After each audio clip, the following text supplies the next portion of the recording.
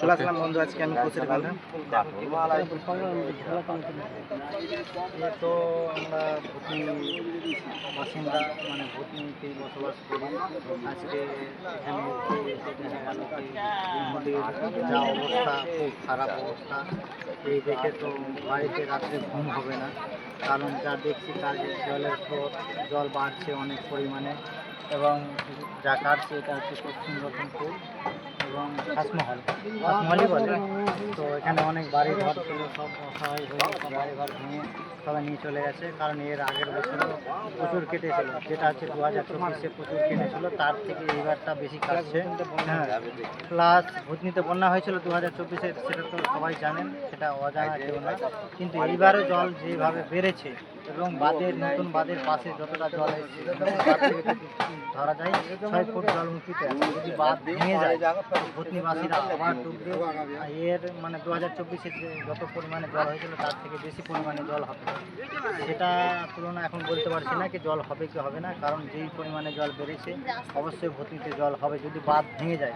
I think এবার বাঁধ ভাঙবে না, সেটা আপনারা নির্ভয়ে থাকেন। কারণ বুঝতে পারছি কাজ চলছে, দুর্নীতির কাজটা তো সেটা তো ভূতনিতে কোনো দিন কমবে না, সেটা আপনারা জানেন। আর সব থেকে পাবলিকের জন্যই এগুলা হচ্ছে, কারণ যারা কাজ করাচ্ছে তাদের কোনো দোষ নেই। সব থেকে বড় দোষ হচ্ছে পাবলিকের, যারা আমাদের ভোটার আছে তাদেরই দোষ। কারণ কেউ সাপোর্ট কাউকে করে না, সে হয়তো কে মরছে কে কী করছে না করছে কারো যায় আসে না। কারণ এখানে অনেক মানুষ আছে অসহায় হয়ে আছে, কেউ কারো সাপোর্ট করছে না। হ্যাঁ, কেউ কাউকে দেখতে আসে না, কোনো সরকারি হেল্প পাচ্ছে না। কারণ হচ্ছে ওরা মরছে, ওরা খেতে পাচ্ছে না, ওদের দোষ, ওটা ওদের পার্সোনাল ম্যাটার।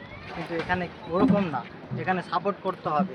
কে অসহায় আছে না আছে, কারণ নদীতে তো বুঝতে পারছেন যাদের বাড়িঘর ভেঙে গেছে তাদের কি অবস্থা, যাদের হয়েছে তারাই বুঝতে পারছেন, কিন্তু যাদের হয়নি তারা বুঝতে পারছে না। সেই জন্য বন্ধুরা আমি আবেদন করবো, ভূতনিবাসীরা জাগো। যদি না জাগবেন তাহলে তো ভূতনি ছেড়ে ভাগো। একটাই সাজেশন, ভূতনি ছেড়ে ভাগো নাহলে জাগো, দুটার মধ্যে একটাই অপশন।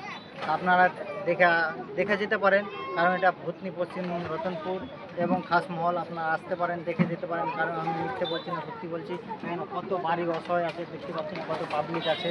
হ্যাঁ, সবাই ভয়ে আতঙ্ক হয়ে আছে, কারো ঘুম হচ্ছে না, কারো খাবার হচ্ছে না। বলো কিছু বলো, দুটা কথা বলো। সত্যি জানাতে পারি না, ওই